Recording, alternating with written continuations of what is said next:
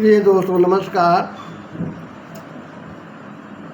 नंदगांव में जाकर नंद बाबा के पूरे परिवार का दर्शन करके कृष्ण भगवान, बलराम, यशोदा माँ, नंद बाबा, राधा रानी और उनके भगवान श्री कृष्ण के दोनों मित्रों के दर्शन के उपरांत हम लोग वहाँ से रवाना हुए आगरा के लिए और 3 घंटे में हम लोग आगरा पहुँचे। रास्ते में शनिदेव का दिव्य भव्य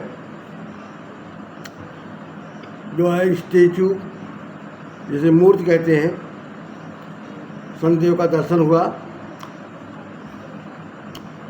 और फिर और आगे आगरा के करीब पहुँचे तो वहाँ भगवान श्री कृष्णा का दर्शन हुआ।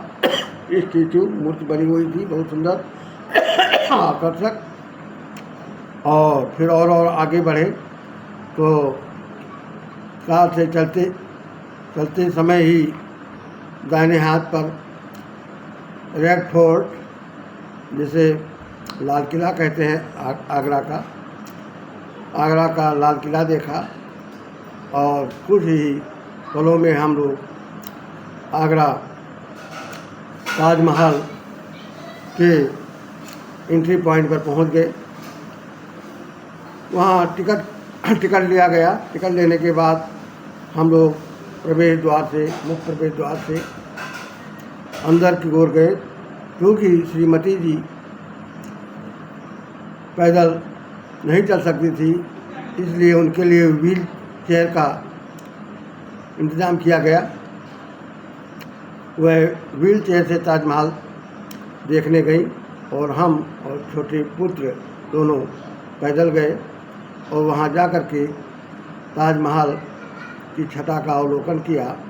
ताजमहल सचमुच मुझे बहुत अच्छा लगा और ये समझिए कि ताजमहल विश्व का 7वां अजूबा है।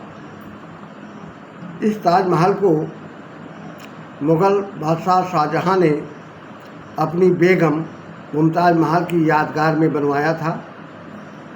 ये एक मकबरा है, जहाँ मकबरे में मुमताज़ महल की डेड बॉडी रख दी गई थी और समझ लीजिए बगल में ही शाहजहाँ का भी मकबरा बना हुआ है। इस ताजमहल को बनवाने में 20,000 श्रमिकों, कारीगरों एवं शिल्पकारों ने दिन रात काम किया। लगभग 20 करोड़ रुपए खर्च हुए और ये ताजमहल लगभग 20 वर्षों में ही पूरा हुआ। ये दुनिया का 7वां अजूबा है। विश्व के कोने कोने से लोग आते हैं ताजमहल देखने। सुंदर बना हुआ है, नक्काशी बहुत अच्छी है और दीवार पर उर्दू में लिखा हुआ है और ताजमहल के पीछे यमुना नदी प्रवाहित हो रही है। हालांकि इस समय पानी, जब मैं गया था तो पानी थोड़ा कम था, लेकिन रात्रि में ताजमहल की छाया जब यमुना नदी में पड़ती है तो ताजमहल यमुना में बहुत सुंदर प्रतिबिंबित होता है, बहुत अच्छा लगता है। और ताजमहल के 3 तरफ गेट हैं। एक तो मुख्य द्वार है, प्रवेश द्वार, और 2 जो है ये पूर्व में पश्चिम में भी निकास द्वार है। इस तरह ताजमहल देख करके हम लोग प्रसन्न हुए और ताजमहल देखने के बाद हम लोग ग्रेटर नोएडा के लिए रवाना हुए और रात में 11 बजे हम लोग ग्रेटर नोएडा पहुंच गए अपने घर। धन्यवाद।